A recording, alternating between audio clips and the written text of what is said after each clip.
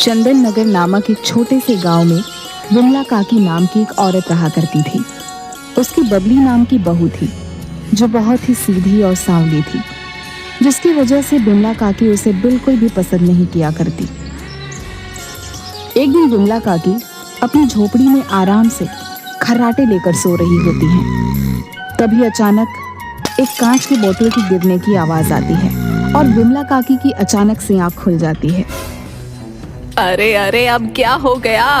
अब न जाने इस बबली बहू ने क्या तोड़ दिया। हाय, चलकर देखूं तो सही। जिसके बाद विमला काकी रसोई में जाती हैं और देखती हैं कि उसकी बहू टूटी हुई अचार की कांच की बोतल के पास खड़ी है और उसके हाथ में कुछ अचार के टुकड़े हैं जिसे बबली बड़े मजे से खा रही होती है। अरे वाह वाह, कितना स्वादिष्ट और मजेदार अचार है। हाँ वाह वाह, बड़े मजे का है। लेकिन अब माँ जी तो मुझे बहुत गुस्सा करेंगी। मुझसे तो पूरी अचार की बोतल ही टूट गई। अब मैं क्या करूँगी? अरे अरे बबली बहू, ये क्या किया तूने? मेरा बनाया सारा अचार गिरा दिया तूने। हाय, ये कैसी बहू पल्ले पड़ी है, जो भी करती है बस उल्टा ही करती है।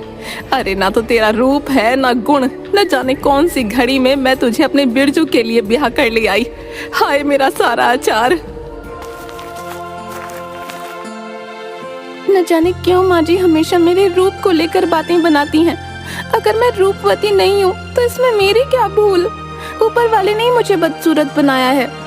माँ जी भी ये बात समझती नहीं है। अगले दिन विमला काकी जंगल में से कुछ केले के पत्तों को तोड़ कर लाती है और अपनी झोपड़ी में लेकर जाती है और बबली को तेज आवाज लगाते हुए कहती है, अरे ओ बबली बहू, कहाँ है? जल्दी बाहर तो आ जरा। अरे ये क्या, आप इतने सारे पत्ते क्यों ले आई? इतने सारे पत्तों का आखिर क्या होगा, बताओ ना माँ जी। अरे कल मेरे गांव की मेरी सहेलियां आ रही हैं, उनके लिए ये केले के पत्ते हैं। उन्हें केले के पत्तों पर खाना बहुत पसंद है, इसलिए ये केले के पत्ते कल के भोजन में इस्तेमाल करना। हाँ जी जी माँ जी, अच्छे से समझ गई। हाँ, आप बिल्कुल चिंता मत कीजिए। अच्छा अच्छा ठीक है, लेकिन कल जरा मेरी सहेलियों के सामने मेरी नाक मत कटवा देना।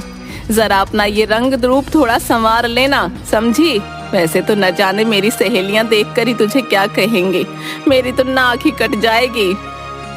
मेरे इस काले रूप के कारण माँ जी मुझे कितना कुछ बोलती हैं, लेकिन कल मैं माँ जी की सहेलियों के सामने दिखा दूंगी कि मैं कितनी सुंदर हूँ।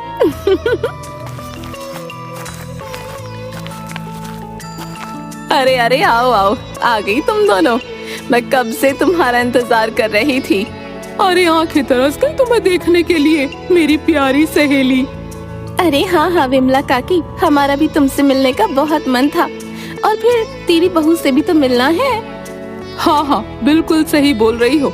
आज तो हम विमला काकी की बहू के हाथ का ही भोजन खाएंगे। हाँ अरे हाँ हाँ, क्यों नहीं मेरी प्यारी सहेलियों, इतनी जल्दी क्या है? मिल लेना मेरी बहू से। आओ जरा हम थोड़ी बातें तो कर लें।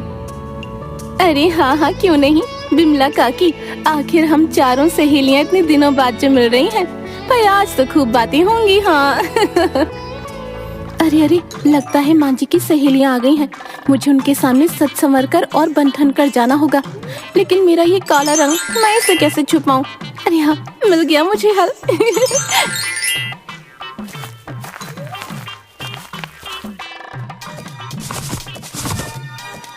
ओ बबली बहू, जरा बाहर तो आ, देख तो कौन आया है। तभी बबली बाहर सबके सामने जाती है। बबली की हालत बहुत खराब होती है।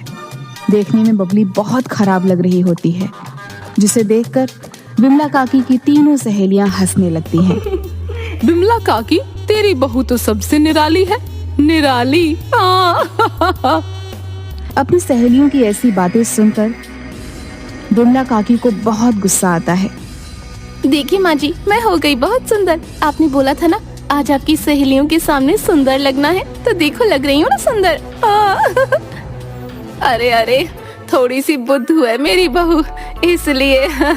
जाओ जाओ बबली बहू, मेरी सहेलियों के लिए भोजन ले आओ। जाओ जाओ। अरे हाँ माँ जी, मैं भी आप सभी लोगों के लिए भोजन लेकर आती हूँ। तभी बबली केले के पत्ते अपने हाथ में लेकर आती है और सभी के सामने रख देती है। लेकिन काफी देर तक बबली और कोई भोजन नहीं लेकर आती। यह देखकर तीनों सखियां हैरान हो जाती हैं। अरे अरे, आप सभी भोजन खा क्यों नहीं रही हैं? खाइए ना, खाइए भोजन, यही तो आपको पसंद है ना। अरे बबली बहू, क्या पागल हो गई है? आखिर कहाँ है तेरा बनाया भोजन? जा जल्दी लेकर आ। कितना इंतजार कराएगी मेरी सहेलियों को। अरे माँ जी, आप भी ना, भोजन तो मैंने कब का आपकी सहेलियों के सामने रख दिया है, लेकिन ये तो खा ही नहीं रही हैं। खाइए ना, आप सभी को केले के पत्ते बहुत पसंद है ना। माँ जी आपके लिए तो जंगल से लाई थी। हाँ ये क्या बिमला काकी, क्या हम ये केले के पत्ते खाएंगे? छी छी, अरे कुछ भोजन नहीं खिलाना चाहती तो बता देती। अब हम यहाँ से जा रहे हैं। अरे अरे, ये क्या किया तूने? आज तो तूने सारी हद पार कर दी। तुझसे कहा था ना इन केले के पत्तों पर अपना बनाया भोजन परोसना, और तूने इन्हें ही भोजन समझ लिया। अरे अरे, तेरी बुद्धि तो किसी काम की नहीं, एकदम अकल से खाली है तू। अरे आज तो तूने अपनी कम बुद्धि की वजह से मुझे मेरी सहेलियों के सामने बुरा बनवा दिया। अरे मैं कहती हूँ चली जा यहाँ से। अगर तू थोड़ी देर भी मेरे सामने रही, मेरे घर में रही तो अच्छा नहीं होगा, बता देती हूँ। चली जा यहाँ से। अरे अरे माँ जी, ये आप क्या बोल रही हैं? माफ कर दो मुझे घर से मत निकालो। मैं कहाँ जाऊँगी माँ जी, माफ कर दो। बेचारी बबली घर से बाहर निकलने के बाद जंगल की ओर चल देती है। न जाने अब मैं कहाँ जाऊंगी। इस जंगल में भी मुझे डर लग रहा है, अगर कोई जानवर मुझे खा गया तो। आए नहीं नहीं, मैं किसी का भोजन नहीं बनना चाहती हूँ। न जाने अब आगे मेरे साथ क्या होगा। तभी बबली को एक छोटा सा तालाब दिखाई देता है, जिसके पास एक बूढ़ी औरत बैठी होती है और जिसके हाथ में मछली पकड़ने वाली छड़ी होती है। वह बार बार मछली पकड़ने की कोशिश करती है, लेकिन एक भी मछली उसके हाथ में नहीं आ पाती। अरे कौन है आप? अम्मा, और क्यों इस नदी में मछलियाँ पकड़ रही हैं? अरे रे बेटी, मैं एक बूढ़ी अभागी हूँ जो इस जंगल में रहा करती हूँ और अक्सर इस तालाब से कुछ मछलियाँ पकड़ के ले जाया करती हूँ और उनसे ही अपनी भूख शांत कर लिया करती हूँ। कई दिनों से एक मछली भी हाथ नहीं आई है, कई दिनों से भूखी हूँ। आज एक मछली भी हाथ आ जाए तो मेरी भूख शांत हो जाए। अरे रे, बस इतनी बात से दुखी हो? मैं आपके लिए मछली पकड़ देती हूँ। अभी देखिएगा, एक बार में ही मछली मेरे हाथ में आ जाएगी। हाँ, फिर आप उसे पकाकर अपनी भूख शांत कर लेना।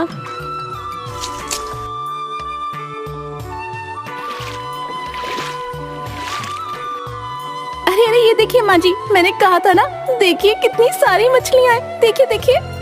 अरे वाह वाह बेटी, ये तो सच में कितनी सारी मछलियाँ हैं। तेरा बहुत बहुत धन्यवाद बेटी, इस बूढ़ी की मदद करने के लिए। आज मुझे भूखा नहीं सोना पड़ेगा। वाकई तू एक नेक दिल इंसान है। अच्छा, अब मैं चलती हूँ। ठीक है अम्मा, अब तुम जाओ और इन मछलियों से अपनी भूख शांत करो। हाँ हाँ बेटा, जाती हूँ। सदा सुखी रहो तुम। बाकी सब माया है, सब माया।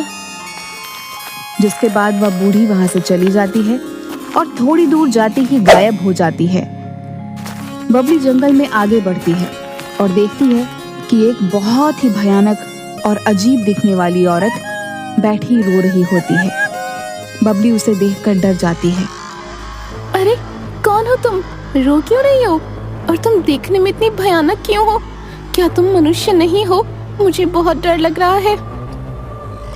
क्या बताऊं तुम्हें, मैं मनुष्य ही हूँ, लेकिन मैं वो अभागी हूँ जिसे कोई भी देखना पसंद नहीं करता। कुछ समय पहले मैं बहुत सुंदर हुआ करती थी।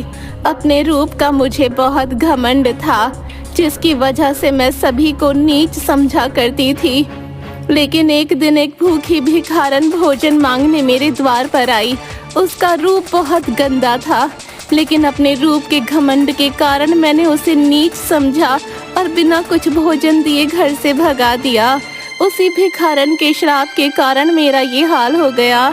मेरे इस भयानक रूप के कारण कोई भी गांव वाला मुझे देखना पसंद नहीं करता, इसलिए मैं यहाँ सबसे छुपकर इस जंगल में आ गई। मैं यहीं बैठी कई कई दिनों से रोती रहती हूँ। अरे अरे चुप हो जाओ, मैं तुम्हारा दुख समझ सकती हूँ। मेरे भी काले रूप के कारण मेरी माँ जी ने मुझे घर से निकाल दिया। मेरा ये रूप उन्हें पसंद नहीं, लेकिन ये तुम्हारा भयानक रूप तो मुझसे भी ज्यादा खराब और डरावना है। क्या तुम्हारे इस भयानक रूप से निजात पाने का कोई रास्ता नहीं है? रास्ता है। एक दिन इस जंगल में एक साधु आए थे, जिन्होंने मुझे कहा था अगर कोई नेक दिल इंसान इस जंगल में आएगा और उस विशाल नदी के जल को छूकर मुझे देगा, जिसे पीकर मुझे मेरे इस भयानक और डरावने रूप से छुटकारा मिल जाएगा, क्योंकि इस विशाल नदी का जल सिर्फ नेक दिल इंसान ही छू सकता है। और तब से मैं रोज उस नेक दिल इंसान की राह देखती रहती हूँ, न जाने वो कब किस रूप में मेरे सामने आ जाए। क्या अब इसमें मैं तुम्हारी मदद कर सकती हूँ? कहाँ है वो विशाल नदी, बताओ मुझे। तुम देखना, मैं उस विशाल नदी के जल को छू लूंगी। हाँ, क्या तुम सच में मेरी मदद करना चाहती हो? लेकिन उस नदी का जल वही इंसान छू सकता है जो नेक दिल हो। अगर कोई और उस विशाल नदी के जल को छूने की कोशिश करता है तो वो उस नदी में हमेशा के लिए समा जाता है।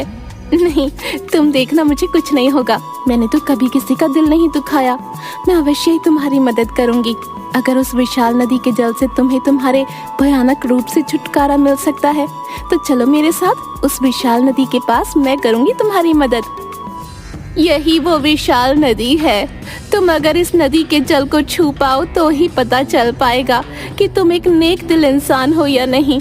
इसके बाद ही तुम मेरी मदद कर पाओगी, वरना हमेशा के लिए इस विशाल नदी में समा जाओगी। बबली अपना सर हाँ में हिलाती है और जैसे ही नदी के जल में हाथ डालती है तो बबली के हाथ पर खूब सारी तितलियां आकर बैठ जाती हैं, लेकिन बबली को कुछ नहीं होता। जिसके बाद बबली अपने हाथों में वह नदी का पानी लेती है और अपने हाथों से भयानक औरत को पिला देती है। उसके ऐसा करते ही भयानक औरत का भयानक और डरावना रूप चला जाता है और वह एक साधारण रूप में आ जाती है। अरे वाह, देखो मैं फिर से अपने रूप में आ गई हूँ। अब कोई मुझसे नहीं डरेगा। तुम्हारा बहुत बहुत धन्यवाद। तुम वाकई एक नेक दिल इंसान हो। आज तुम्हारी वजह से मुझे मेरे भयानक और डरावने रूप से छुटकारा मिल सका। अरे, तुम अपने पहले वाले रूप में आ गई, मेरे लिए तो इतना ही काफी है। तुम्हारा वो भयानक और डरावना रूप तो मुझसे भी देखा नहीं जा रहा था, लेकिन अब सब ठीक हो गया है। अब तुम अपने घर जा सकती हो। तुम्हें कोई काम वाला कुछ नहीं बोल पाएगा। हाँ,